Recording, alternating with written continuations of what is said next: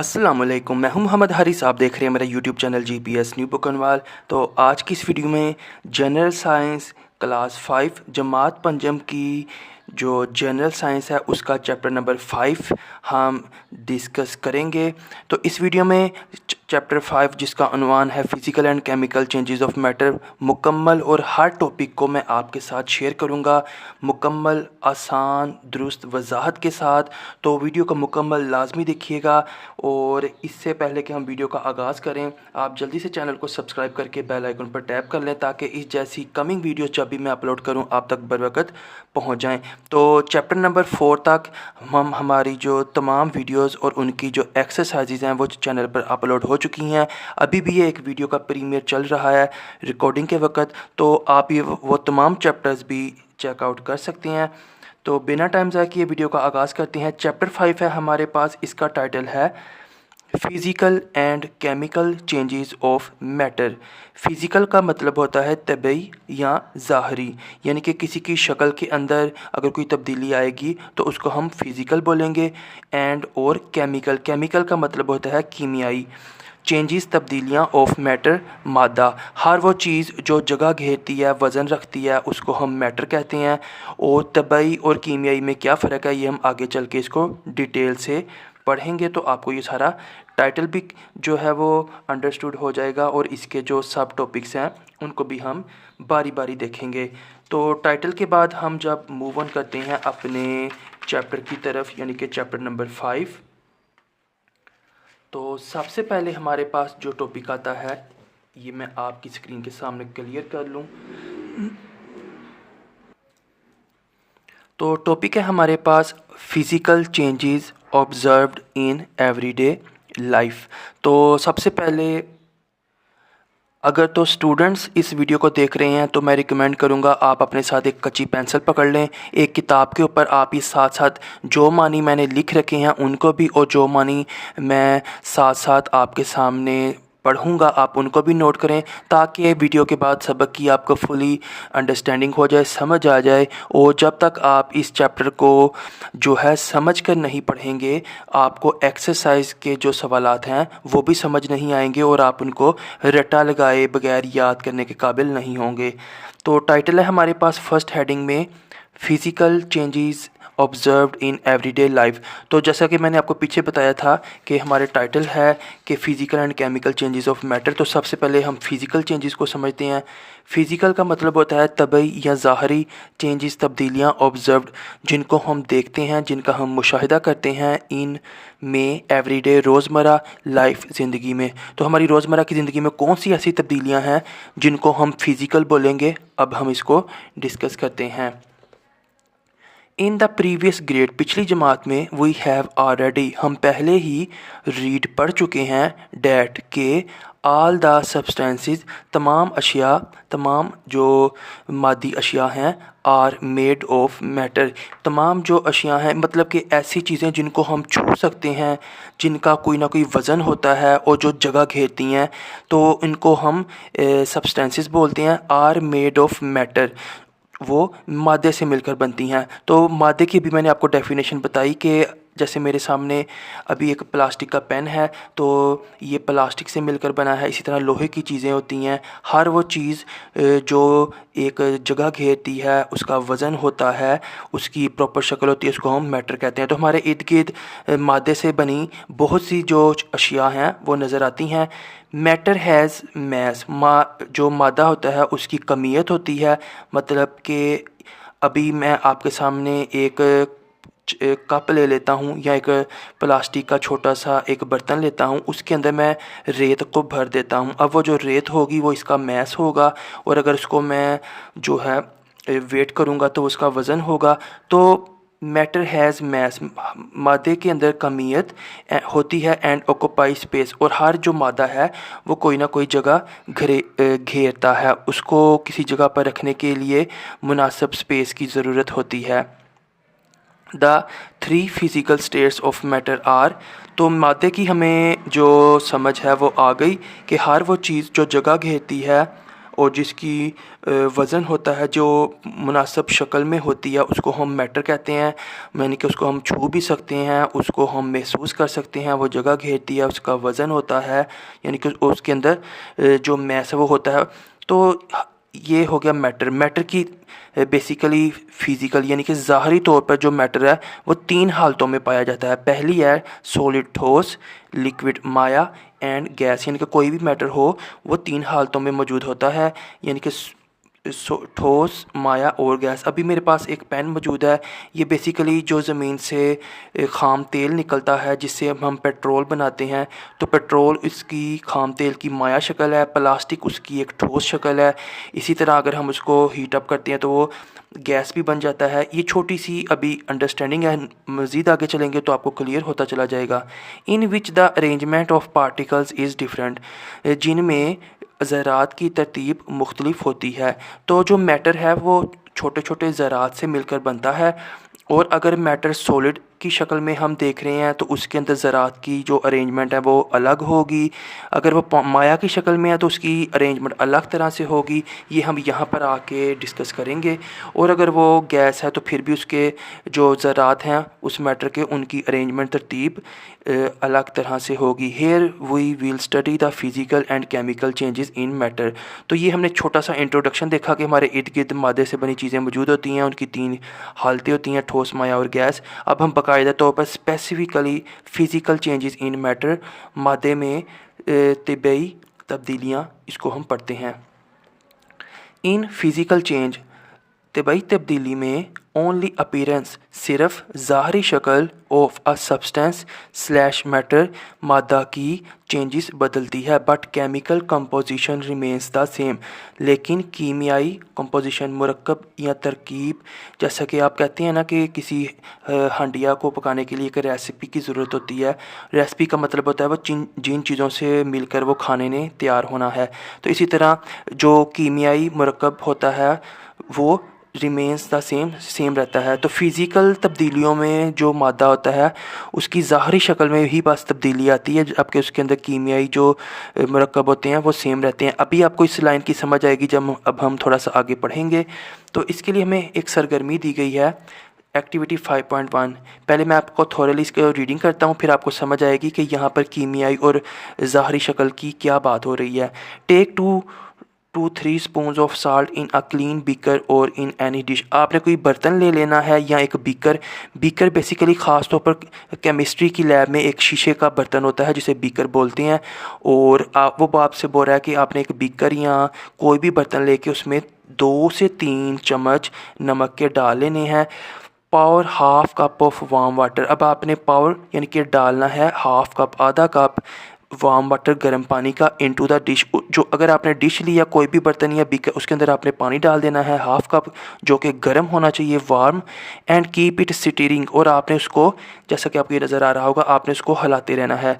Till all the salt dissolve, यहाँ तक कि सारा नमक उस पानी में हाल हो जाए। Can you see the salt. अब वो कह रहा है कि आपको क्या नमक नज़र आ रहा है, और हमें नमक नज़र नहीं आएगा, हमें पानी ही नज़र आएगा जिसके अंदर नमक हाल हो चुका है। हीट द बीकर और dish till all the water evaporates as vapours. अब आपने इसी बर्तन को, जैसे आपको ये एक शीशे का ढक्कन नज़र आ रहा है, इसको उठा के आपने ये मोमबत्ती या लैंप की मदद से गर्म करना शुरू करना है, और उस वक्त तक गर्म करना है कि इसके अंदर मौजूद पानी जिसके अंदर हमने नमक को हल किया था वो बुखारात बनकर उड़ जाए। You will observe that salt is present in the dish. तो जब सारा पानी बुखारात बनकर उड़ जाएगा तो हमें इसके पींदे पर पाउडर सा नज़र आएगा सफ़ेद रंग का, जो कि हमारा वही नमक था जो हमने पानी में हल किया था।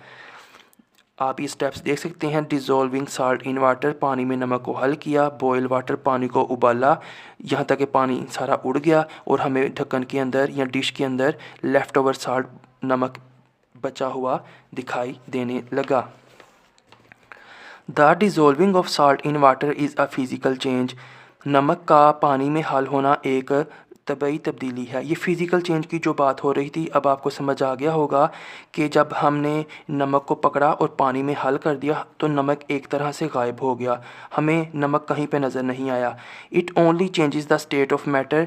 तो इसमें क्या हुआ कि मादे की सिर्फ जो स्टेट है वो तब्दील हुई, यानी कि नमक वहीं पे मौजूद था लेकिन पहले वो ठोस था, लेकिन और जब इसे हमने नमक के दानों को पानी में डाल दिया तो नमक गायब नहीं हुआ बल्कि वो लिक्विड में कन्वर्ट हो गया। अब वो जो हमें पानी नज़र आ रहा था बेसिकली वो उसकी चेंजेस बदली हुई स्टेट हालत थी मैटर की। मैटर इसमें कौन सा इस्तेमाल हुआ था? नमक इस्तेमाल हुआ था। नमक ठोस से माया बन गया था, पानी बन गया था।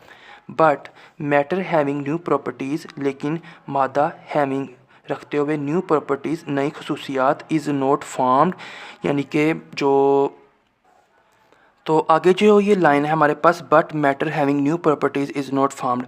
हमने नमक को हल किया तो नमक एक हमारे पास मादा था जिसकी फ़िज़िकल ज़ाहरी शक्ल बदल गई और वो पानी बन गया। लेकिन जब वो नया मादा बना, यानी कि मादा की हालत बदल कर ठोस से पानी बन गई, तो न्यू प्रॉपर्टीज़, उसमें कोई नई खसूसियत हमें नज़र नहीं आई। तो यही फ़िज़िकल स्टेट या फ़िज़िकल चेंजिंग हम इसको कहते हैं। Physical state can be reversed.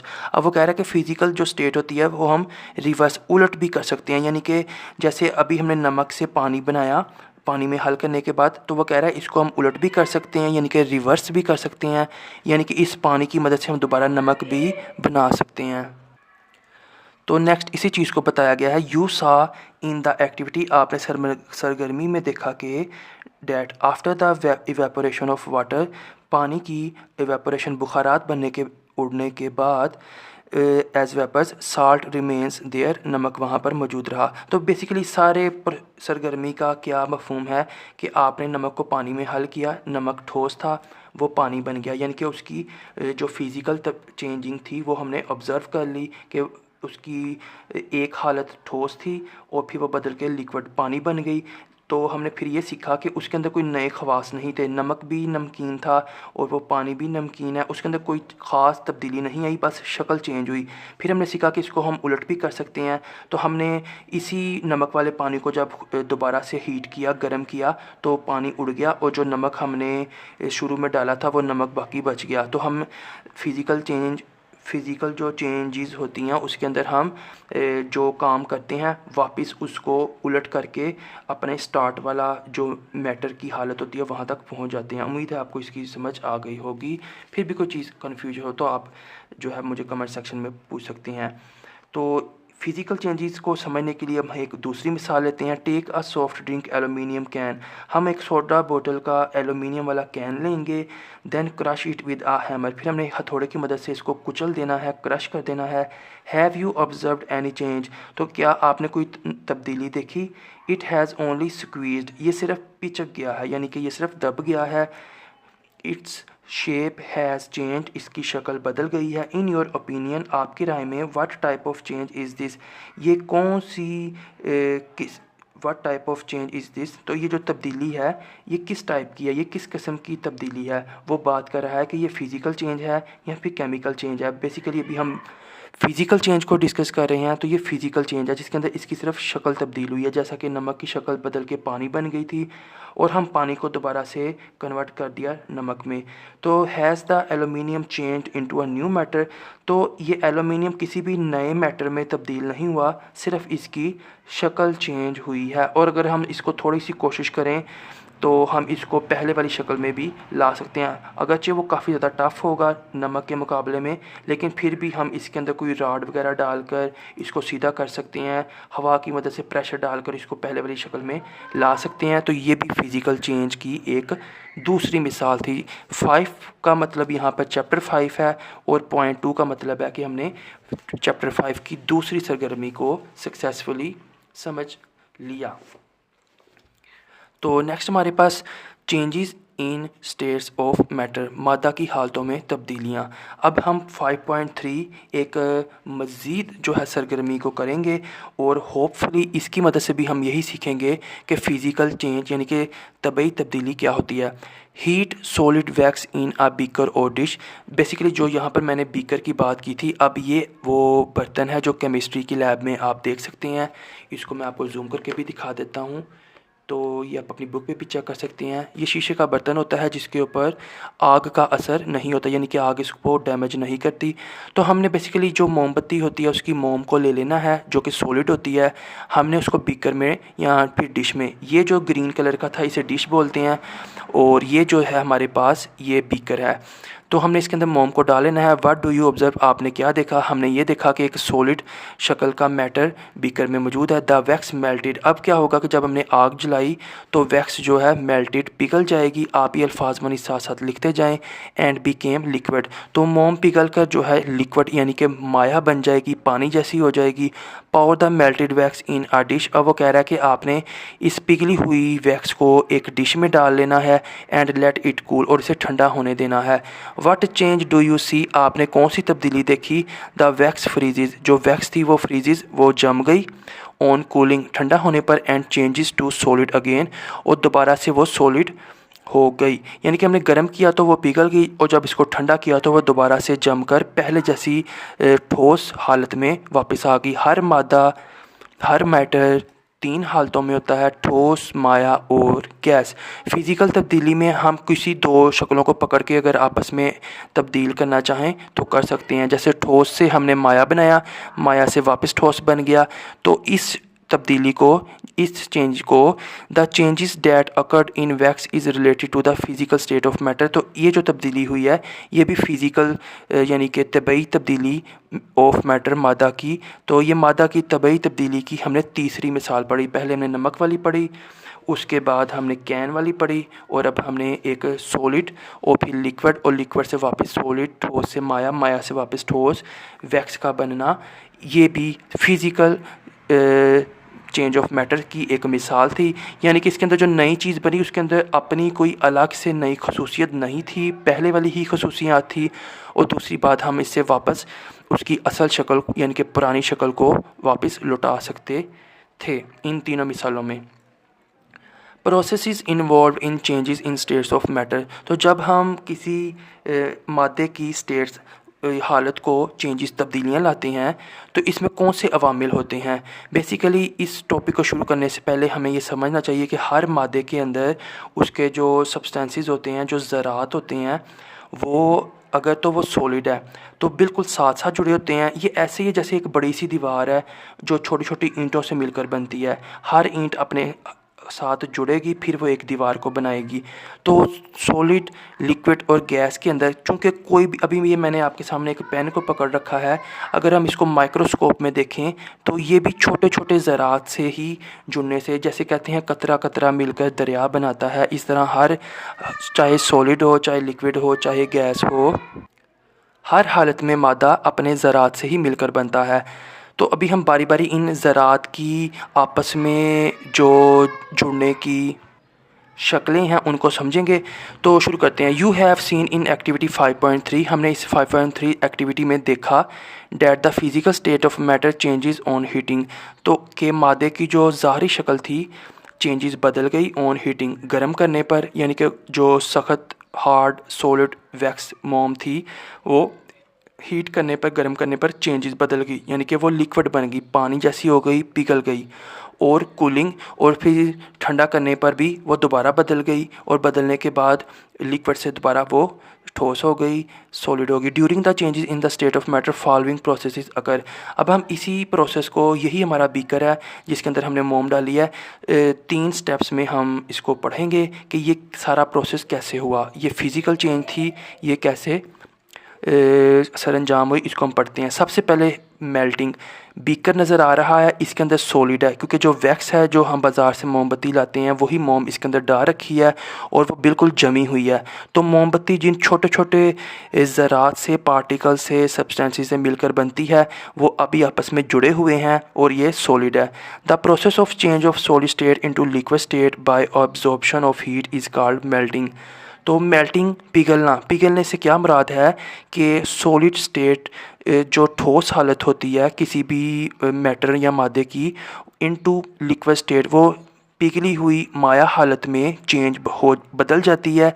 और इसका जो प्रोसेस अमल होता है बाय अब्जॉर्प्शन ऑफ हीट, गर्मी को जज़ब करने से जो अमल होता है उसको हम मेल्टिंग कहते हैं। अब मैं आपको अपने अल्फाज में बता दूं कि जब किसी ठोस चीज़ को गर्मी या हरारत या तपश दी जाती है और वो ठोस चीज़ इसको अब्जॉर्प्शन जज़ब कर लेती है, जज़ब करने के बाद वो ठोस चीज़ पिघल कर माया बन जाती है। तो ये जो अमल है इस प्रोसेस को, इस अमल को हम मेल्टिंग कहते हैं। You have observe that when solid wax was heated, जब हमने सॉलिड सख्त वैक्स मोम को हीटेड गर्म किया, इट चेंज्ड इनटू लिक्विड, तो ये लिक्विड में बदल गई, पानी जैसी हो गई। स्टेट हालत यानी कि ये लिक्विड स्टेट में आ गई। हर मैटर की 3 स्टेट्स होती हैं, सॉलिड, लिक्विड, गैस, ठोस, माया और गैस। तो ये ठोस थी और ये माया बन गई स्टेट हालत में। सिमिलरली इसी तरह when solid piece of ice absorbs heat, वो कह रहा है कि इसी तरह कि जब हम सॉलिड जो बर्फ़ होती है आइस, उसका अगर हम फ्रीज़र से एक सॉलिड सख्त पीस टुकड़ा निकालते हैं, हीट वो बाहर हम रखते हैं गर्मी के मौसम में या वैसे ही चूल्हे के पास, इट बिकम्स वाटर, तो ये पिघल कर पानी बन जाता है। तो इसी तरह ये वैक्स भी पिघल कर पिघली हुई मोम बन गई। You know in solid the particles keep on vibrating. अब ये जो सॉलिड्स होते हैं, चाहे ये पेन है चाहे लोहा है, लोहे का भी आपने सुना होगा कि जब इसको गर्म करते हैं तो ये फैलता है, ये बड़ा होता है। तो वो कह रहा है कि जो सॉलिड स्टेट होती है उसमें जो पार्टिकल्स से मुराद वो छोटे छोटे ज़रात हैं जिनके जुड़ने से वो सॉलिड बनता है। तो कीप ऑन वाइब्रेटिंग, वो बेसिकली ना वाइब्रेट थरथराते रहते हैं, हल्की हल्की हरकत करते रहते हैं, लेकिन उनके दरमियान इतनी कुव्वत होती है कि वो आपस में जुड़े रहते हैं। तो जुड़ते हुए वो इस तरह की, जैसे आपको मेरे नज़र आ रही है, हरकत करते रहते हैं, but remain at fixed position, और अपनी अपनी जगहों पर रहते हुए वो वाइब्रेट करते हैं, वो ज़रात जिनके जुड़ने से वो सॉलिड बनता है। When a solid gets heat, अब जब उस सॉलिड को हम हीट गर्मी देते हैं, गर्म करते हैं, it's particles start vibrating faster, तो इसके जो पार्टिकल्स आपस में जुड़े हुए वाइब्रेट कर रहे थे, अब वो तेज़ी के साथ वाइब्रेट करना शुरू कर देते हैं। And do not remain at their position, और जब वो गर्मी के पहले वो बिल्कुल स्लोली वाइब्रेट कर रहे होते हैं, और जब उनको हीट दी जाती है वो तेज़ी के साथ वाइब्रेट करते हैं और अपनी असल जो जगह पर वो होते हैं वो जगह ही छोड़ देते हैं, यानी कि छोड़कर वो एक दूसरे से अलग अलग हो जाते हैं। इतनी उनकी तेज़ वाइब्रेशन होती है गर्मी की वजह से, गर्म करने की वजह से, कि वो do not remain at their position, वो अपनी पोजीशन पर ही नहीं रहते। The forces of attraction between them become weaker, तो जिन ताकतों ने उनको आपस में जोड़ रखा होता है, गर्म करने के बाद वाइब्रेशन तेज़ होती है तो वो कुव्वत उनसे टूट जाती है, और वो सारे पार्टिकल्स जो है जो उनकी आपस में जोड़ने वाली कुव्वत जब वो वीक कमज़ोर हो जाती है, and they move away from each other, तो वो एक दूसरे से मूव दूर दूर हो जाते हैं। अभी आप देख सकते हैं कि ये एक मोम की जो मिसाल थी, इसमें इस मोम के पार्टिकल्स आपस में जुड़े हैं, लेकिन एब्जॉर्प्शन ऑफ हीट, जब हमने इसको गर्म किया तो इनकी जो जैसे आप समझ लें कि एक मकनातीस को हम लोहे के साथ चिपकाते हैं, लेकिन अगर हम उसको ज़्यादा वाइब्रेट करें तो वो जो कशिश होती है वो मतलब ख़त्म हो जाती है और मकनातीस हम अलग कर लेते हैं। तो गर्म करने से हर पार्टिकल की जो एक दूसरे के साथ कशिश या जुड़ने वाली कुव्वत थी वो ख़त्म हो जाती है, और वो वाइब्रेशन उन पार्टिकल्स को एक दूसरे से अलग कर देती है। तो अभी आप देख सकते हैं कि पार्टिकल्स एक दूसरे के दूर दूर जो है हो गए हैं, and they move away from each other, वो एक दूसरे से अवे दूर जो है वो मूव करते हैं, हरकत। दिस थस लहजा a solid is change into its liquid state, इस तरह से एक सॉलिड जो है लिक्विड स्टेट में चेंज हो जाता है, बदल जाता है। तो हमने देखा कि जो ज़रात आपस में जुड़े थे गर्मी की वजह से, उनकी जो आपस की कशिश थी, जो कुव्वत थी जिसने उनको आपस में जोड़ रखा था, वो कुव्वत कमज़ोर पड़ जाती है। तो ये ज़रात पहले ही वाइब्रेट कर रहे होते हैं, थरथरा रहे होते हैं, तो गर्मी की वजह से ये थरथराना, हिलना और ज़्यादा तेज़ कर देते हैं, इतना तेज़ कि ये एक दूसरे के साथ जो इनका जुड़ापन होता है वो ख़त्म हो जाता है, और ये एक दूसरे से दूर दूर होकर जो है अपने अपने अलहदा वाइब्रेशन को करना शुरू कर देते हैं। तो ये एक फ़िज़िकल, एक ज़ाहरी उसका एक आप समझ लें कि मंज़र है कि सॉलिड में ऐसे ज़रात थे वैक्स के, और पिघलने के बाद ये ज़रात एक दूसरे से दूर दूर हो गए, change of solid into liquid. Next है हमारे पास फ्रीजिंग। वेट हैपन्स, क्या होगा when water is kept in a freezer, जब पानी को पानी को फ्रीज़र में रखें। तो जब हम पानी को फ्रीज़र में रखते हैं वो जमकर बर्फ़ बन जाता है। During this process heat is lost from the water, इस अमल में हीट गर्मी जो है लॉस्ट खो जाती है फ्रॉम वाटर, पानी से। तो अभी आप देख सकते हैं कि यही मिसाल जो हमने वैक्स के लिए समझी, यही मिसाल अगर हम पानी के लिए लें, ये हमारे पास बर्फ़ है जिसके अंदर सारे पार्टिकल्स आपस में जुड़े हैं और वो ठोस एक बर्फ़ का टुकड़ा है। गर्म किया तो बर्फ़ पिघल गई, जो इनके ज़रात के दरमियान में कुव्वत ऑफ कशिश थी, कोशिश की जो कुव्वत थी यानी कि फ़ोर्स ऑफ अट्रैक्शन, वो ख़त्म हो गई तो ये फैल गए और ये लिक्विड बन गया। अब हमने इसी पिघले हुए बर्फ़ को, पानी जिसको हम पानी भी बोलते हैं, वापस ले लिया। इसको हमने जब फ्रीज़र में रखा तो गर्मी की वजह से जो इनके दरमियान में कुव्वत कशिश की ख़त्म हो गई थी वो वापस आना शुरू हो जाती है, इनकी जो वाइब्रेशन है वो भी कम हो जाती है और ये सारे ज़रात वापस अपने एक दूसरे के साथ आकर जुड़ना शुरू हो जाते हैं। During this process heat is lost, यानी कि जो गर्मी है, तपिश है, वो ख़त्म होगी। एज आ रिज़ल्ट, जिसके नतीजे में the movement of its particles become slower, यानी कि ये जो पार्टिकल्स बिल्कुल तेज़ी के साथ हरकत कर रहे थे, मूव कर रहे थे, वो क्या हो गए, वो स्लोअर हो गए। आहिस्ता आहिस्ता उन्होंने मूवमेंट करना शुरू कर दी और यहाँ तक कि उनकी मूवमेंट ही ख़त्म होगी। And they come closer to each other, और वो एक दूसरे के करीब आ गए। द फोर्स ऑफ अट्रैक्शन, अब इनके दरमियान जो कशिश या खींचने की जो कुव्वत थी बिटवीन पार्टिकल्स बिकम स्ट्रोंगर, अब वो स्ट्रोंगर, मजबूत हो जाती है। मजबूत होने की वजह यह है कि गर्मी ख़त्म, तो इनकी जो एक दूसरे से दूर जाने की वजह थी वो वजह भी ख़त्म हो गई और ये पार्टिकल्स वापस एक दूसरे के साथ आकर जुड़ना शुरू कर देते हैं। Thus the liquid is changed into solid, इस तरह से जब इनको गर्मी को ख़त्म किया, रिलीज़ ऑफ हीट यानी कि गर्मी को ख़त्म किया, इसको फ्रीज़र में रखा, तो पार्टिकल्स की जो एक दूसरे के लिए कशिश या जुड़ने की कुव्वत थी वो वापस आना शुरू हो जाती है और ये पार्टिकल्स एक दूसरे के साथ जुड़ जाते हैं। जुड़ने के बाद ये बिल्कुल स्लाइटली वाइब्रेट करते रहते हैं, लेकिन वो वाइब्रेशन इतनी तेज़ नहीं होती कि इनको एक दूसरे से अलग करे। तो वो thus the liquid is change into solid, तो जब ये आपस में जुड़ जाते हैं तो जो लिक्विड है वो वापस सॉलिड बन जाता है। अभी आप देख सकते हैं लिक्विड, सॉलिड से हमने लिक्विड बनाया और इस गर्म पानी को फ्रीज़र में रखा तो वापस वो सॉलिड बन गया। This process is called freezing, तो लिक्विड पिघली हुई चीज़ से वापस सॉलिड चीज़ बनाना, इस अमल को हम फ्रीजिंग कहते हैं। फ्रीजिंग का मतलब होता है जमना, यानी कि जम जाना। आगे हमारे पास थर्ड है बॉइलिंग। बॉइलिंग का मतलब होता है उबलना। When a liquid is heated continuously, अब इसमें क्या है कि इसी लिक्विड को जो हमने फ्रीज़र में रखा था, इसको हमने हीट करना है, इसको दोबारा चूल्हे पर रख देना है और कंटिन्यूसली और वहाँ पर ही मौजूद रहने देना है यहाँ तक कि क्या हो, the movement of its particles become faster. जब हमने ये पानी, बर्फ़ थी, चूल्हे पे रखा, वो पानी बन गया। पानी को फ्रीज़र में रखा, वो दोबारा बर्फ़ बन जाएगा। और अगर इसी पानी को हम चूल्हे पर ही पड़ा रहने दें, कंटिन्यूसली लगातार पड़ा रहने दें, हीटेड, और इसे गर्म करें लिक्विड यानी कि इस माया को, क्योंकि जो माया की हालत है पानी की, तो उसके अंदर अगर हम इसको लगातार गर्म करें, the movement of its particles become faster, यानी कि वो पहले ही पार्टिकल्स बड़े तेज़ी के साथ मूव कर रहे हैं, उनके एक दूसरे के साथ जुड़ना जो है वो मुश्किल हुआ है और वो वाइब्रेट कर रहे हैं, तो वो बिकम फास्टर और मज़ीद तेज़ी के साथ वो हरकत करना शुरू करेंगे। The space between the particles increases, यानी कि सॉलिड से ये स्पेस बढ़ी थी, ठीक है। अब ये जो बढ़ी हुई स्पेस है, जब हम इसको मज़ीद गर्म करेंगे, लगातार गर्म करेंगे, तो आप देख सकते हैं हर पार्टिकल एक दूसरे से मज़ीद दूर हो गया है। हर पार्टिकल का एक दूसरे से फासला पहले से भी मज़ीद बढ़ गया है। पहले ही ये गर्म था, लेकिन अगर हमने मज़ीद गर्म करना जारी रखा तो फासला भी बढ़ना जारी रहेगा।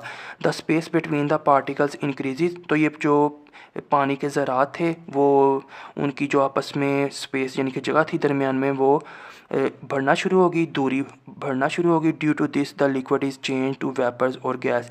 अब ये इतनी दूरी बढ़ जाती है कि रफ्ता रफ्ता हर पार्टिकल फ़िज़ा में जो है वो खारिज हो जाता है। इस इखराज को हम कहते हैं गैस या बुखारात।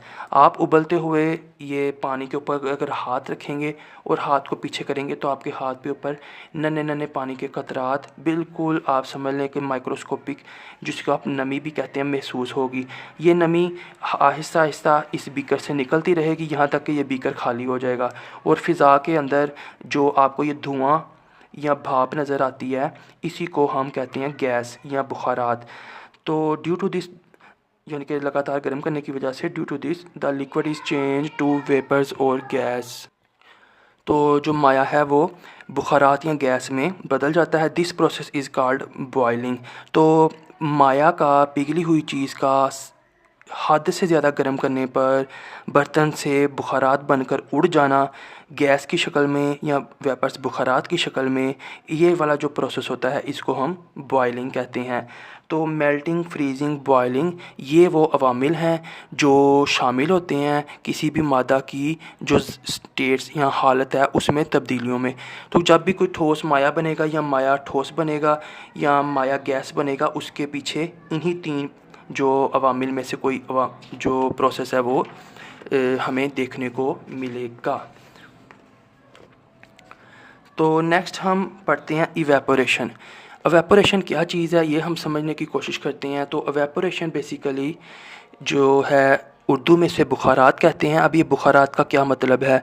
यू मस्ट हैव ऑब्ज़र्व्ड, आपने ज़रूर ऑब्ज़र्व्ड मुशाहिदा किया होगा, डैट के इफ़ वाटर फॉल्स, अगर पानी फॉल्स गिरता है ऑन द फ्लोर, फ़र्श पर, आफ्टर सम टाइम, कुछ वक़्त के बाद, द फ्लोर बिकम्स ड्राई, जो फ़र्श है वो खुश्क हो जाता है।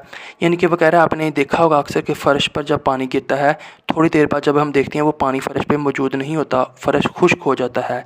वाई डज़ इट हैपन, ऐसा क्यों होता है?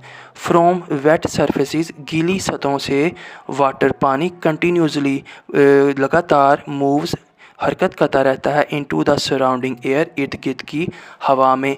तो जो भी जगह गीली होती है, अगर मैं अपने हाथ को गीला करता हूँ तो मेरे हाथ पे जो पानी है वो लगातार यहाँ से उठता रहेगा। वो छोटे छोटे बिल्कुल आँख से नज़र ना आने वाले कतरात की शक्ल में यहाँ से उड़ता रहता है और उड़कर इतना उड़ता है कि हमें कुछ देर बाद अपना हाथ खुश्क दिखाई देता है, हमें फ़र्श जो है वो खुश्क सूखा हुआ दिखाई देता है। तो जो बुखारात हैं वो इसी उड़ने के प्रोसेस को कहते हैं। What does it happen. तो हमने सीखा कि पानी जो है जब भी किसी जगह पर मौजूद होगा, जो भी जगह गीली होगी वहाँ से पानी लगातार मूव करता रहता है, अपनी जगह बदलता रहता है, वहाँ से उठकर चले जाता है।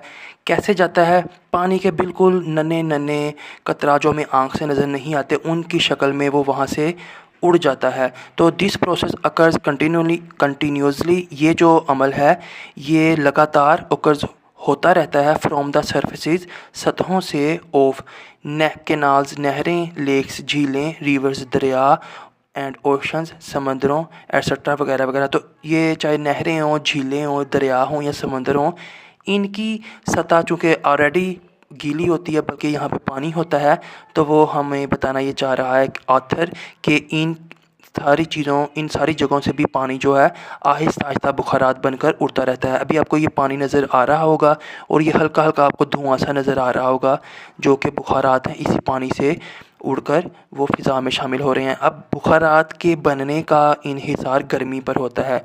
जितनी ज़्यादा गर्मी होगी, सूरज की तपश होगी, बुखारात उतने ज़्यादा बनेंगे और जितनी ज़्यादा टेम्परेचर या दर्जा हरारत में कमी होगी, सर्दियों का दिसंबर का महीना होगा, बुखारात बनना उतना ही कम अमल होगा, यहाँ तक कि ये बुखारात का बनना ज़ीरो पर भी आ जाता है।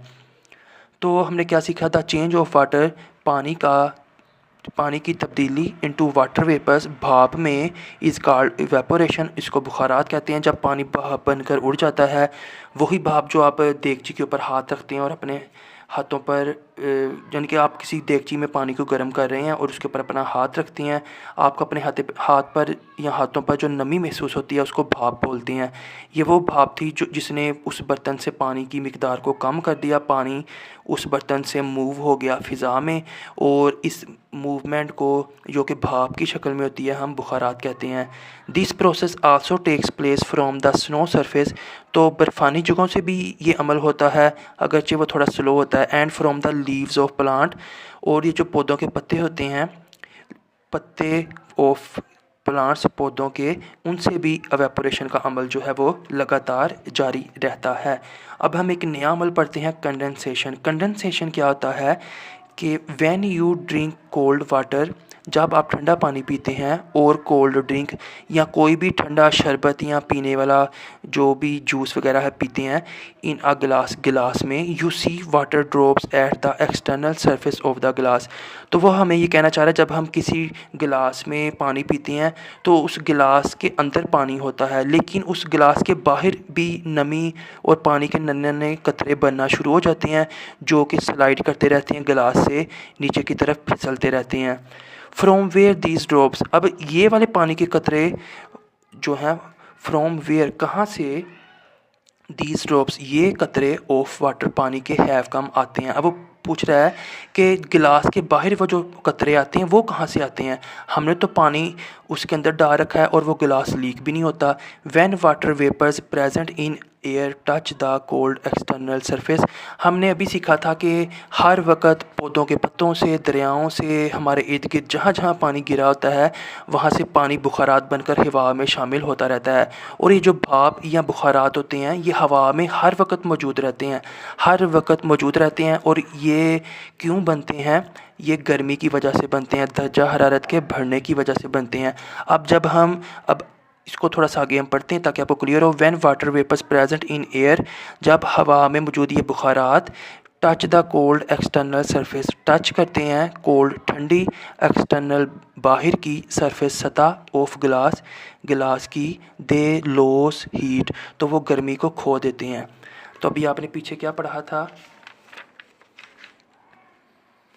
कि जब हम किसी लिक्विड को ठंडा करते हैं तो वो ठोस बन जाता है, मतलब कि वो उसके पार्टिकल्स पास आना शुरू हो जाते हैं।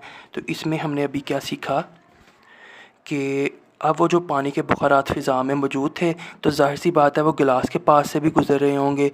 जब वो गिलास के पास से गुज़रते हैं, गिलास को टच करते हैं, तो गिलास का दर्जा हरारत उसमें बर्फ़ या ठंडे शरबत की वजह से बेहद कम होता है। तो इस कम दर्जा हरारत की वजह से जब वो भाप गिलास की दीवारों से टकराती है, उसमें मौजूद नन्हे नन्हे आँखों से भी नज़र ना आने वाले पानी के कतरात जो है जमना शुरू हो जाते हैं और वो जमकर सतह के साथ चिपक जाते हैं। As a result the water vapours changes into liquid, तो जो बुखारात हैं वो आपस में जुड़ने के बाद गैस चूँकि वो गैस की शक्ल में होते हैं, वापस वो लिक्विड बन जाते हैं। Stick with the external surface of the गिलास, और गिलास के बाहर वाली सतह पर वो स्टिक कर जाते हैं, चिपक जाते हैं। This process is called condensation.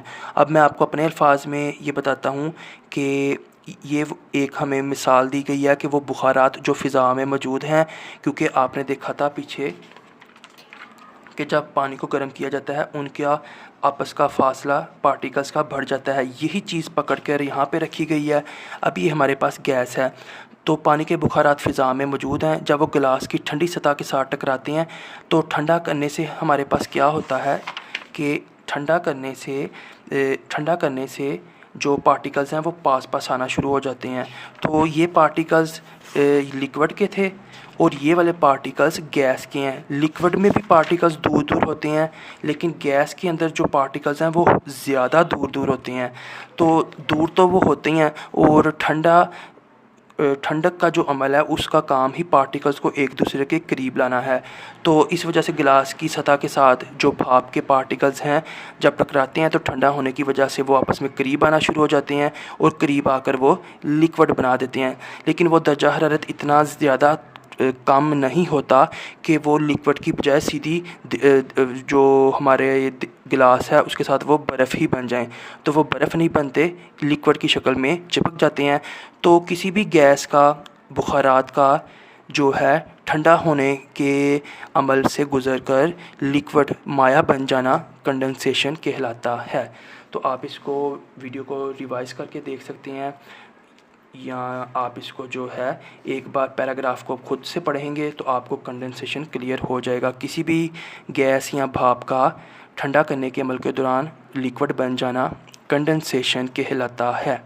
तो नेक्स्ट है हमारे पास डू यू नो, क्या आप जानते हैं, wet clothes are dried due to evaporation, जो गीले कपड़े होते हैं वो भी एवेपोरेशन बुखारात बनने के अमल की वजह से ही खुश्क होते हैं। बॉइलिंग आ लिक्विड, किसी भी माया को उबालना रिक्वायर्स चाहिए होता है हाई टेम्परेचर, जब तक हाई टेम्परेचर नहीं होगा हम किसी भी लिक्विड को बॉयल नहीं कर सकते। द प्रोसेस ऑफ एवेपोरेशन, बुखारात का जो अमल है, कैन टेक प्लेस, हो सकता है, एट एनी टेम्परेचर, हर दर्जा हरारत पर, एंड एट हाई टेम्परेचर, और बहुत ज़्यादा मतलब गर्म टेम्परेचर दर्जा हरारत पर। The process of evaporation becomes rapid, तो यानी कि अब वैसे तो कोई भी दर्जा हरारत हो पानी बुखारात बनकर उड़ता रहेगा, लेकिन अगर हम टेम्परेचर यानी कि दर्जा हरारत को बढ़ा देंगे तो ये जो बुखारात बनने का अमल है ये रैपिड हो जाता है, हद से ज़्यादा तेज़ हो जाता है। वैन ओवर स्वेट ड्राइज, जब हमारा पसीना खुश्क होता है, वी फील कोल्ड, हमें ठंडक महसूस होती है, owing to the process of condensation. तो ये जो हमारा पसीना खुश्क होता है और वो खुश्क होने के अमल के दौरान जो हमें ठंडक महसूस होती है वो उस के पीछे बेसिकली यही कंडेंसेशन का अमल कार फरमा होता है। इसी अमल को अगर हम समझ लें तो हमें ये बात भी समझ आ जाएगी कि हमारा पसीना जब खुश्क होता है तो हमें ठंडक क्यों महसूस होती है। तो नेक्स्ट है हमारे पास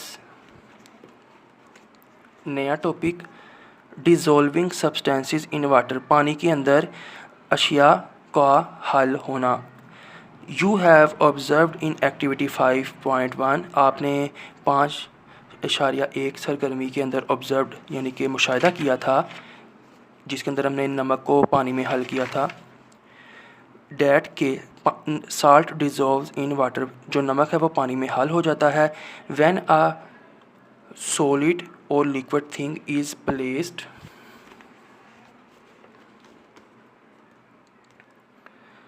व्हेन अ सॉलिड, जब एक सख्त या माया थिंग चीज़ इज़ प्लेस्ड इन वाटर, पानी में रखी जाती है, its particles dissolves uniformly in water and form a mixture. तो वो कह रहा है जब भी हम चाहे वो ठोस हो, चाहे जैसे नमक है, या लिक्विड हो जैसे हम घर में रूह अफ़ज़ा वगैरह, thing is placed in water, पानी में डालते हैं तो इसके जो पार्टिकल ज़रात हैं वो यूनिफॉर्मली एक ही तरह एक जैसा पानी में वो जो है हल हो जाते हैं, एंड फॉर्म अ मिक्सचर, और एक मुरक्कब बनाते हैं, कॉल्ड सोल्यूशन, इसे सोल्यूशन उर्दू में महलोल कहते हैं। जैसे सॉलिड से मुराद यहाँ पे वो नमक है, और लिक्विड से मुराद है कि अगर हम पानी के अंदर कोई लिक्विड भी डालें, जैसे हम रूह अफ़ज़ा वगैरह डालते हैं, तो कोई भी चीज़ हो वो पानी में जब हम डालते हैं तो वो पानी में हल हो जाती है, और जब वो हल हो जाती है तो पानी और उस सॉलिड या फिर उस पानी और उस लिक्विड के जो मिक्सचर है या मुरक्कब है उसको हम सोल्यूशन कहते हैं, महलोल कहते हैं। There are two important components of a solution, तो ये जो सोल्यूशन होता है इसके दो अहम कंपोनेंट्स इज्ज़ा होते हैं, एक सोल्यूट एक सॉल्वेंट। सोल्यूट का मतलब है कि वो चीज़ जो थोड़ी मिकदार में होती है, और सॉल्वेंट उसे कहते हैं जिसके अंदर हम उस थोड़ी चीज़ को डालकर मिक्स करते हैं। तो सोल्यूट की डेफिनेशन होगी द सब्सटेंस डैट डिज़ोल्व्स, ऐसा मादा डैट डिज़ोल्व्स जिसको हल किया जाता है इन वाटर, पानी में, and is in less quantity, और ये कम मिकदार में होता है, is called solute. For example sugar या साल्ट, जब हमने शरबत वगैरह बनाना होता है तो हम चीनी या नमक हमेशा पानी से कम डालते हैं और फिर वो पानी में हल हो जाता है। तो ये नमक, चीनी, रूह अफ़ज़ा वगैरह ये सारे जो चीज़ें हैं इनको हम सोल्यूट बोलेंगे। Solvent, the substance that dissolves a solute, ऐसा मादा जो सोल्यूट को हल करता है, and is in more quantity, और ज़्यादा मिकदार में होता है, इज़ कॉल्ड सॉल्वेंट, उसको हम सॉल्वेंट कहते हैं, जैसा कि पानी या दूध। तो पानी के अंदर भी हम शरबत को हल करते हैं, तो दूध हो पानी हो वो सॉल्वेंट की मिसाल है। तो सोल्यूट हमेशा कम मिकदार में होता है, सॉल्वेंट वो लिक्विड या पानी, दूध हो गया, पानी हो गया, जिसके अंदर हम सोल्यूट को हल करते हैं उसको हम सॉल्वेंट कहते हैं। तो सोल्यूट का मतलब हल होने वाला, और सॉल्वेंट वो चीज़ जिसके अंदर हम हल करते हैं। मिसाल के तौर पर चीनी को हम दूध में डालते हैं तो चीनी हमारे पास सोल्यूट होगा, और मिल्क यानी कि दूध हमारे पास सॉल्वेंट होगा। Many things can dissolve in water, बहुत सी चीज़ें पानी में हल हो सकती हैं, एंड फॉर्म आ सोल्यूशन, जब सोल्यूट और सॉल्वेंट आपस में हल होते हैं, यानी कि जब हम नमक को पानी में हल कर दें या चीनी को दूध में हल कर दें, तो हल करने के बाद जो नई चीज़ बनती है उसको हम सोल्यूशन कहते हैं। तो नीचे हमने यही पढ़ा है कि many things can dissolve in water and form a solution, बहुत सी चीज़ों को हम पानी में हल कर सकते हैं जो कि एक सोल्यूशन बनता है। The rate of dissolving of salt in water can be increased by the following ways. तो हम जो पानी है उसके अंदर एक ख़ास मिकदार तक चीनी को हल कर सकते हैं। इसके बाद जब हम उस पानी के अंदर चीनी डालेंगे तो वो हल नहीं होगी। तो लेकिन कुछ तरीके ऐसे हैं कि हम जो शरह है जो हल होना है उसको हम बढ़ा भी सकते हैं कि हम ज़्यादा चीनी पानी में हल कर सकें। इसके कौन से तरीके हैं? पहला तरीका है हमारे पास स्टीरिंग। हमने बेकर के अंदर चीनी डाली, चीनी हल हो गई, तो हमने दोबारा चीनी डाली है, वो चीनी हल नहीं हो रही। तो हम क्या करेंगे?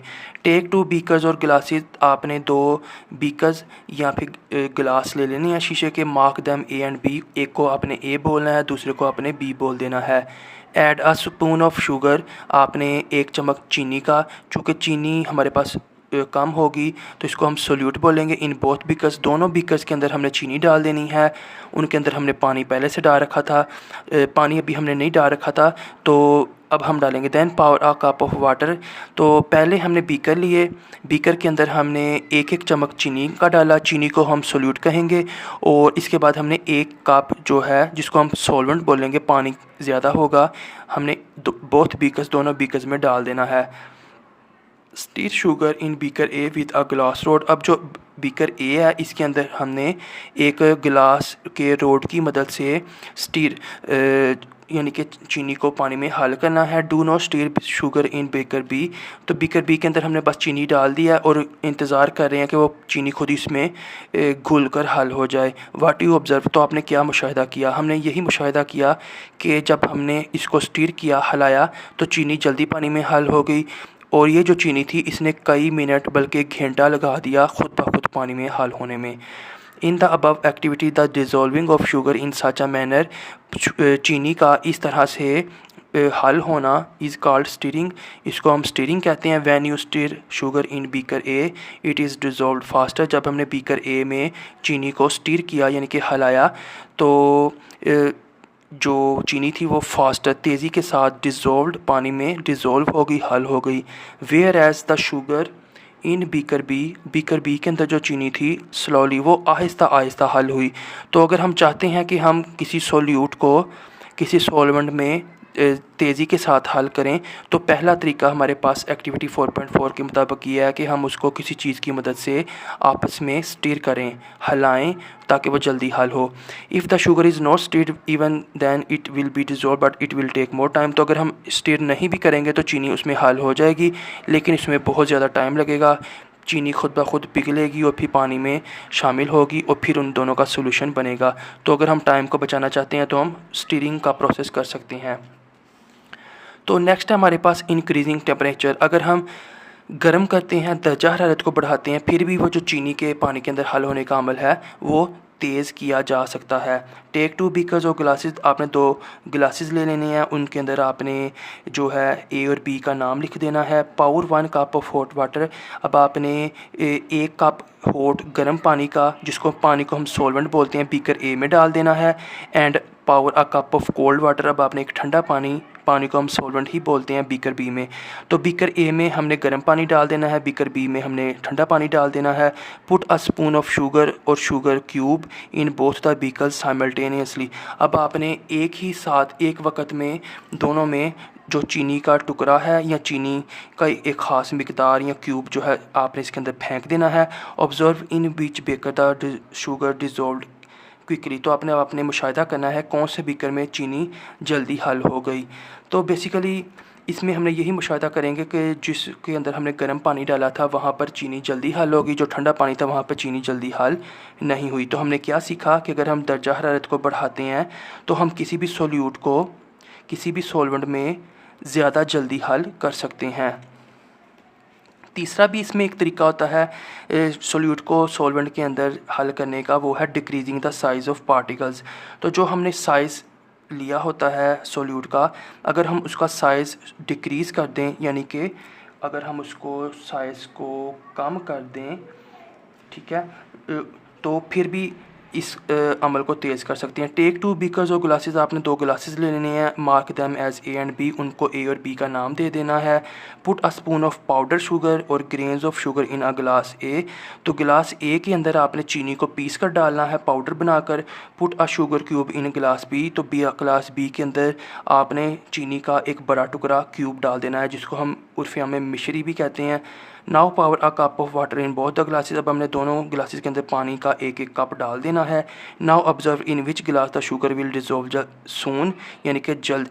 तो अब आपने मुशाहिदा करना है कौन से गिलास में चीनी जल्दी हल हो गई है।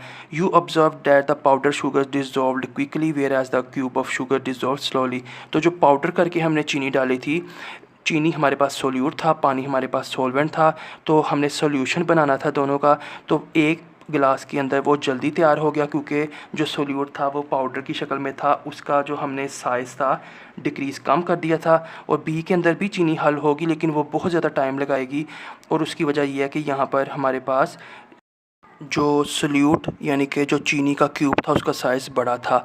तो हमने ये सीखा कि अगर हम सोल्यूट का साइज़ कम कर देते हैं तो वो जो सॉल्वेंट होगा उसके अंदर जल्दी हल हो जाएगा और हमारा सॉल्यूशन जल्दी तैयार हो जाएगा। Dissolvent of sugar grains and sugar cube, तो ये हमारे पास तीसरा तरीका था जिसकी मदद से हम सोल्यूट को सॉलिड में ज़्यादा तेज़ी से हल कर सकते हैं। तो नेक्स्ट हमारे पास इसी के बारे में कंटिन्यू है। The dissolution of any solute depends on the size of its particles, तो अगर हमने किसी सोल्यूट को सॉल्वेंट के अंदर हल करना है तो ये डिपेंड करता है पार्टिकल्स ज़रात के साइज़ पर। The solute which are made of small particles, ऐसे सोल्यूट्स जिनका जो कि स्मॉल छोटे छोटे ज़रात से मिलकर बनते हैं, जैसा कि पाउडर वाली चीनी डिज़ोल्व इन सॉल्वेंट, वो सॉल्वेंट में यानी कि पानी या दूध में जल्दी हल हो जाते हैं फास्ट तेज़ी से जल्दी से, एज़ कम्पेयर टू बजाय इसके कि यहाँ मुकाबला अगर हम उनका करवाएं टू द सोल्यूट्स, उन सोल्यूट से मेड ऑफ लार्ज पार्टिकल्स जिनका साइज़ बड़ा होता है, जैसे कि शुगर क्यूब। यानी कि अगर हम सोल्यूट का साइज़ छोटा कर देंगे, पाउडर बना देंगे, बारीक कर देंगे, तो वो सॉल्वेंट के अंदर जल्दी हल हो जाएगा। तो नेक्स्ट हमारे पास डाइल्यूट एंड कंसनट्रेटेड सॉल्यूशन। तो कंसनट्रेटेड का मतलब गाढ़ा होता है, अभी हम इसको पढ़ते हैं। Power equal quantity of water in 5 glasses, हमने 5 गिलास लेके उनके अंदर एक जितना पानी डालना है। Do not power anything in the glass one, glass one में आपने कुछ नहीं डालना। Power 1 spoon of colour drink in glass 2, तो आप and 2 spoons in glass 3, 3 spoons in glass 4 and 4 spoons in glass 4। तो आपने किसी भी रंग वाला ड्रिंक यानी कि आप जाम शीरी समझ लें, पहले गिलास में अंदर आपने कुछ नहीं डाला, दूसरे गिलास के अंदर जो है आपने 1 स्पून ऑफ इन ग्लास 2, यानी कि इसके अंदर आपने 1 चम्मच, इसमें 2 चम्मच, इसमें 3 चम्मच, और 5वें गिलास में आपने 5 चम्मच रंग वाले के शरबत के या रंग के डालने हैं, जो कि लिक्विड की शक्ल में होगा। Observe and tell in which glass the colour of solution drink will be lightest and in which glass darkest. तो इसमें वो बेसिकली हमें ये सिखाना चाह रहा है कि अगर हम सोल्यूट की मिकदार को बढ़ा देंगे और तो जो हमारा सॉल्यूशन बनेगा जिसके अंदर सॉल्वेंट की मिकदार हमने सेम रखी है, सॉल्वेंट इसमें पानी था जिसकी मिकदार सेम थी, और सोल्यूट इसमें रंग वाला एक पार्टिकल था, अमेज़ा था, यानी कि जिसको आप उर्फ़े आम में शरबत कह लें, रूह अफ़ज़ा कह लें, लाल शरबत कह लें।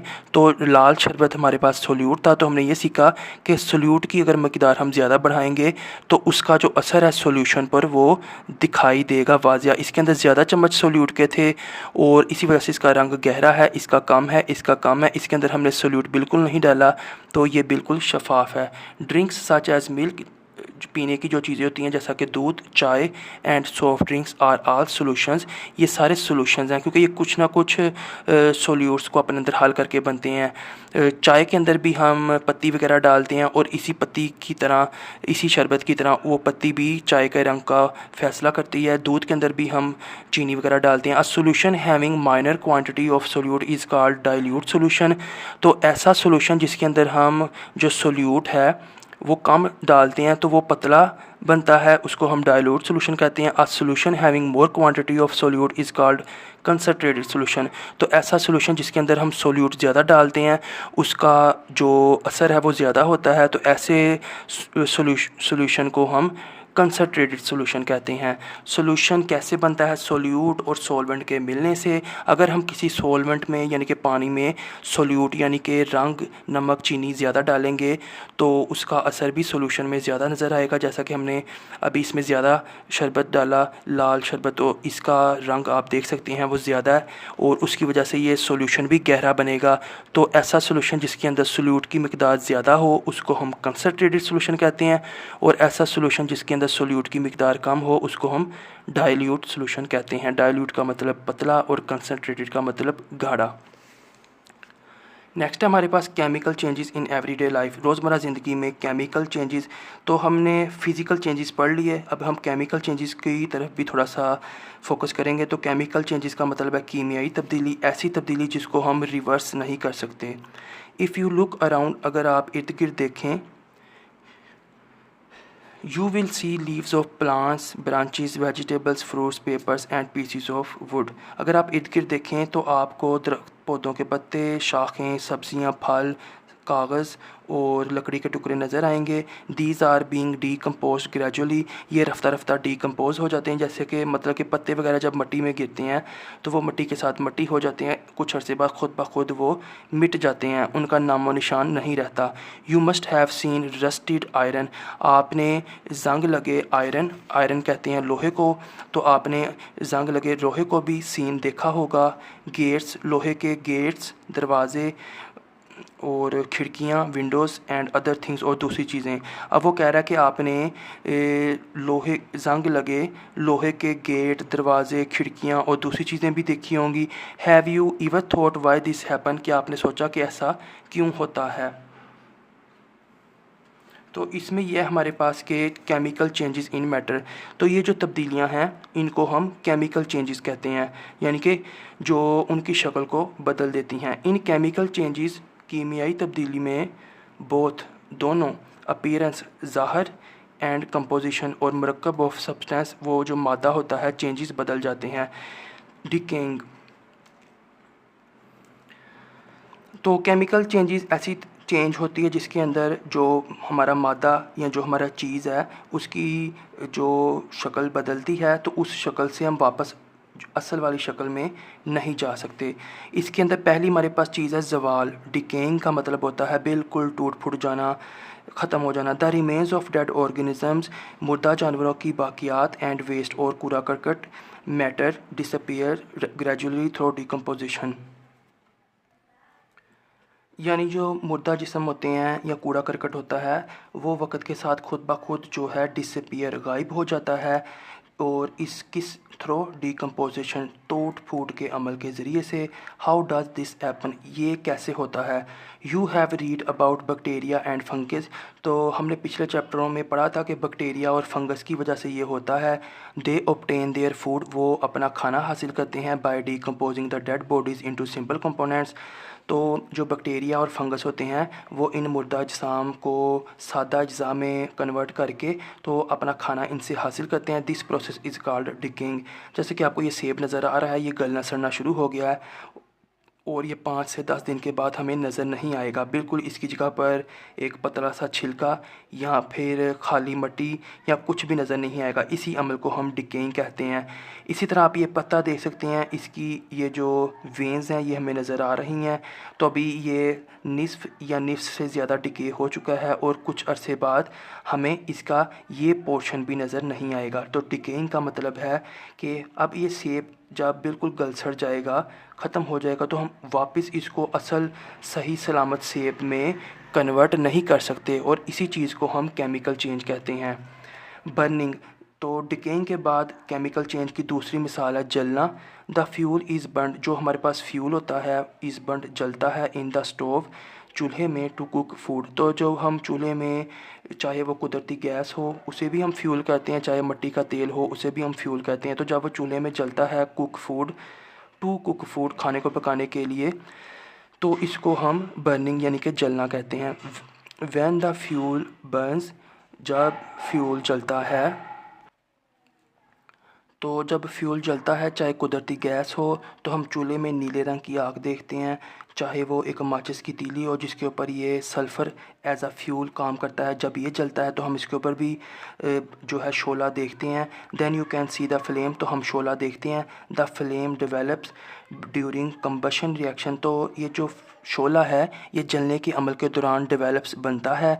दिस इज़ कॉल्ड बर्निंग, इस सारे अमल को हम जलना कहते हैं। मिसाल के तौर पर बर्निंग ऑफ कोल, कोयला, वुड, लकड़ी, पेपर, कागज़, मैच स्टिक, माचिस की तीली वगैरह। जब इन चीज़ों को हम आग लगाते हैं और शोला बनता है तो इस अमल को हम बर्निंग कहते हैं।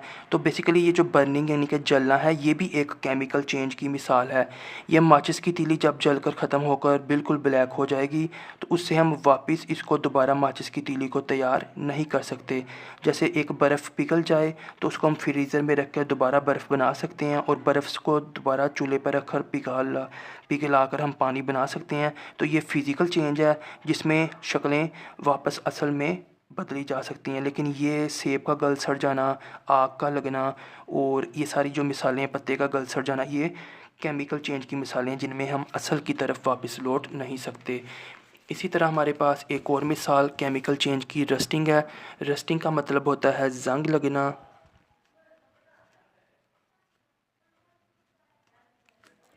आप भी ये अल्फाज मानी लिख सकते हैं।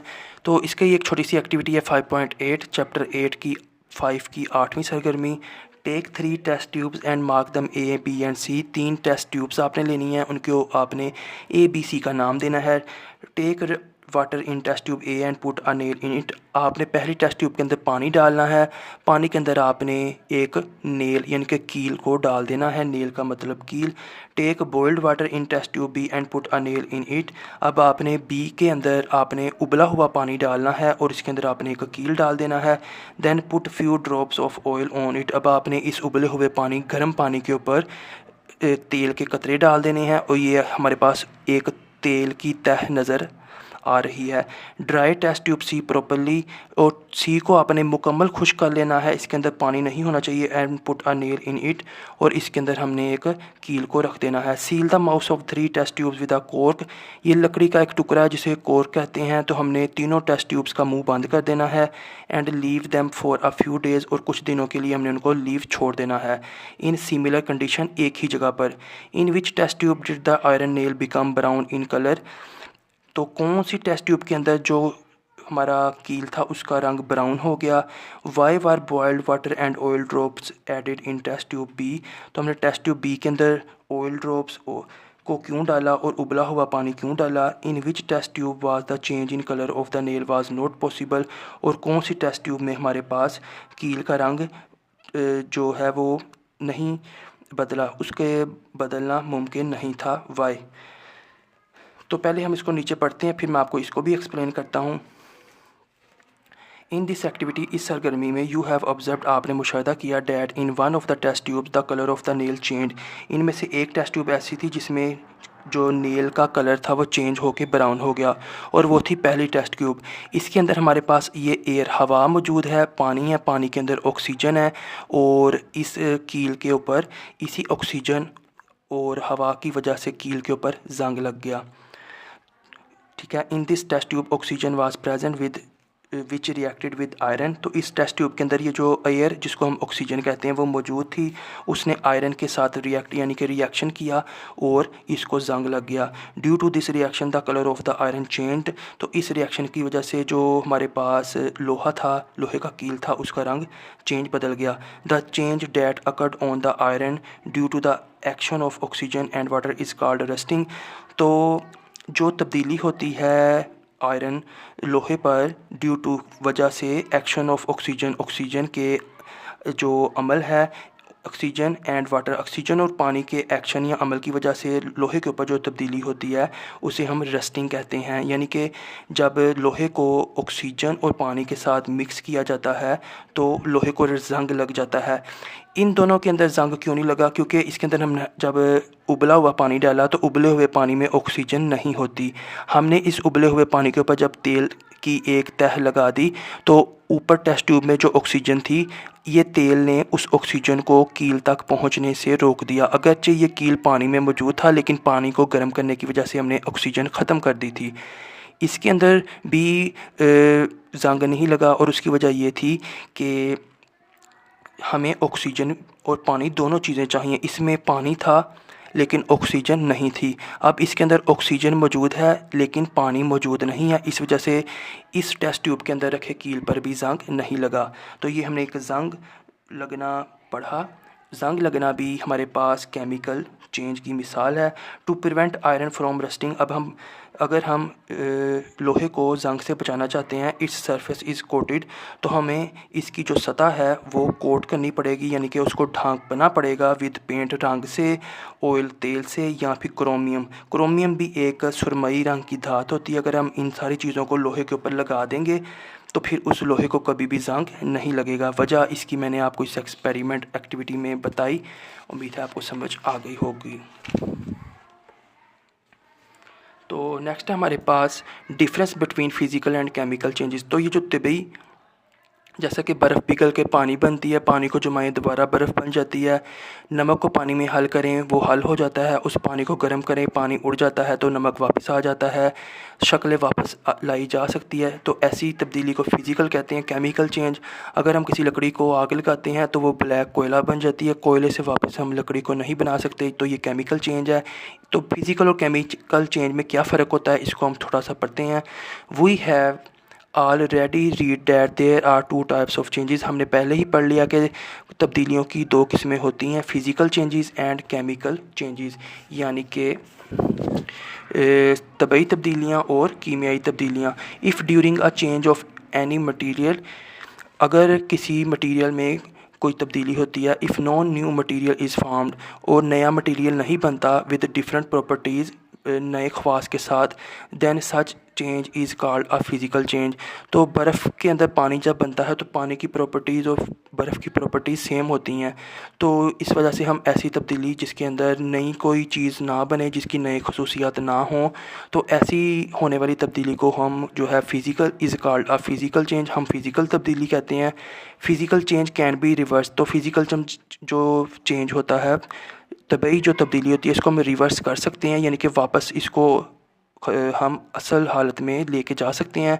Such as on heating the solid wax become liquid but remains a wax. तो जब हम गर्म करते हैं तो जो मोम होती है वो पिघल कर एक माया सी बन जाती है, लेकिन वो माया जो है वो होती वैक्स ही है। बट रिमेन्स अ वैक्स, वो होती वैक्स ही है, वो कोई नई चीज़ नहीं होती। On cooling the liquid wax becomes solid but remains a wax. तो इस पिघली हुई वैक्स या मोम को जब हम ठंडा करते हैं, कूलिंग ठंडा करते हैं, तो वो दोबारा से मोमबत्ती बन जाती है और वो ठंडी होकर सख्त हो जाती है, लेकिन फिर भी वो रहती मोम ही है। तो ये हमारे पास फिज़िकल चेंज की मिसाल है। A change in which a new material with different properties, तो एक तब्दीली जिसमें नया मटेरियल यानी कि मादा बनता है विद डिफरेंट प्रॉपर्टीज़, अलग खसूसियत के साथ इस फॉर्म बनता है, इस कॉल्ड केमिकल चेंज। तो ऐसी तब्दीली जिसमें एक ऐसा नया मादा बनता है जिसकी मुख्तलिफ़ खसूसियात होती हैं, ऐसी तब्दीली को हम केमिकल चेंज कहते हैं। द बर्निंग ऑफ पेपर, जैसा कि कागज़ का जलना, is a chemical change as ash is formed in this process, क्योंकि कागज़ के जलने के बाद जो उसकी ऐश राख बनती है, इस राख की वजह से हम इसको केमिकल चेंज कहते हैं। The chemical change can not be reverse, तो केमिकल चेंज को हम वापस रिवर्स नहीं कर सकते, यानी कि ये जो ऐश है, जला हुआ कागज़ है, इस जले हुए कागज़ से वापस हम असली सफ़ेद कागज़ नहीं बना सकते, कोयले से हम वापस लकड़ी नहीं बना सकते। तो ये केमिकल चेंज में ऐसा होता है। लास्ट एक्टिविटी है 5.9। To perform this activity you will form 4 groups. आप 4 ग्रुप्स बनाएंगे, ग्रोह बनाएंगे। ईच ग्रुप, हर ग्रोह को will write their observations on the worksheet. तो हर ग्रोह को आपने वर्कशीट देनी है कि वो उसको अपने मुशाहिदात के साथ फिल करे, उनको मुशाहिदात को लिखे। ग्रुप 1 ने क्या करना है, बर्न स्टील वूल और dish washing net over spirit lamp. आपने अक्सर ये बाज़ारों में देखा होगा कि बर्तन धोने के लिए आजकल एक स्टील की, जिसे पंजाबी में कुची कहते हैं, एक वो आती है जिससे हम बर्तन साफ़ करते हैं, वो स्टील की होती है और जालीदार। तो इसको आपने जब स्पिरिट लैम्प पर गर्म किया तो क्या होगा, तो मैं साथ साथ ही आपको ऑब्जर्वेशन शेयर कर देता हूँ। तो जब हम इसको गर्म करेंगे तो ये फ़िज़िकल चेंज होगा, क्योंकि जब हम इसको गर्म करेंगे तो वो गर्म होने के बाद एक जलना सा शुरू कर देगा। जो स्टील है वो रेड कलर का, एक ऑरेंज कलर का हमें नज़र आएगा। लेकिन जैसे ही हम आग से उस कुची को पीछे करेंगे, ठंडा होने के बाद वो वापस असल शक्ल में आ जाएगी। तो ये एक फ़िज़िकल चेंज है, इसके अंदर कंबशन प्रोसेस होता है, सिर्फ जलने का अमल होता है। जैसे लेकिन अगर हम किसी माचिस की तीली पर कंबशन प्रोसेस करें तो माचिस की तीली जलने के बाद वापस माचिस की तीली नहीं बनती। लेकिन ये जो स्टील की वूल थी, ये जो बर्तन धोने वाला डिश वाशिंग जाली सी थी, ये जलने के अमल के बाद जब ठंडा होता है वापस असल हालत में ये वापस लौट जाता है। ये जो जाली होती है या ये जो हमारे पास जो भी ये कुची का टुकड़ा है, तो इस वजह से हम इसको फ़िज़िकल चेंज करते हैं। दूसरे ग्रुप ने कौन सा काम करना है, डिप करना है ब्लू लिटमस पेपर इन विनीगर। तो लिटमस पेपर एक ख़ास पेपर होता है जो तेज़ाब को आइडेंटिफाई करने के लिए इस्तेमाल होता है। तो दूसरे ग्रुप ने नीला लिटमस पेपर सिरके के अंदर भिगोना है, टेक इट आउट, फिर इसको बाहर निकालना है एंड लेट इट ड्राई, और इसको खुश करना है। खुश करने के बाद इस dip litmus paper in lime water, फिर इसी लिटमस पेपर को जो खुश किया था लाइम वाटर में डालना है। तो ये हमारे पास एक केमिकल चेंज है। जब हम इस लिटमस पेपर को नीले वाले को सिरके में डालेंगे तो इसका रंग रेड हो जाएगा। तो हमें पता चलेगा कि जो सिरका है ये एसिडिक है, यानी कि ये तेज़ाबी है। अब हम इस रेड लिटमस पेपर को अगर हम लाइम वाटर में डालते हैं तो ये रेड से ब्लू हो जाता है। तो इसका मतलब है कि ये बेसिक है। तो बेसिकली इसके अंदर हमारे पास नीला रंग बदल के रेड हो गया, और अगर हम रेड कलर का लिटमस पेपर डालेंगे तो वो ब्लू हो जाएगा। तो ये रंग बदलना केमिकल चेंज की मिसाल है, यानी कि ब्लू और रेड अलग अलग हैं। तीसरा हमारे पास बर्न पेपर, कागज़ को जलाना। कागज़ को जब हम जलाएंगे तो हमारे पास कागज़ की राख या ऐश बन जाएगी। उस ऐश से हम वापस कागज़ को नहीं बना सकते। तो ये हमारे पास बेसिकली बर्न पेपर, ये केमिकल चेंज होगा। आई थिंक मुझसे यहाँ पे मिस्टेक हो गई है। तो कागज़ का जलना जो है वो